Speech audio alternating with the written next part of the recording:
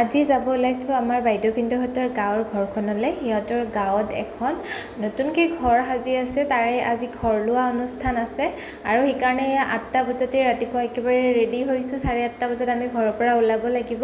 আৰু এইফালে টিকুৰ যে যোৱাকালি নতুন চেণ্ডেলযোৰ আনিছিলোঁ, একেবাৰে সি পিন্ধিবলৈ একেবাৰে এক্সাইটেড আৰু নতুন বস্তুৰ প্ৰতি এনেও ল'ৰা ছোৱালীৰ এটা বেলেগ এটা মোহ থাকে ন।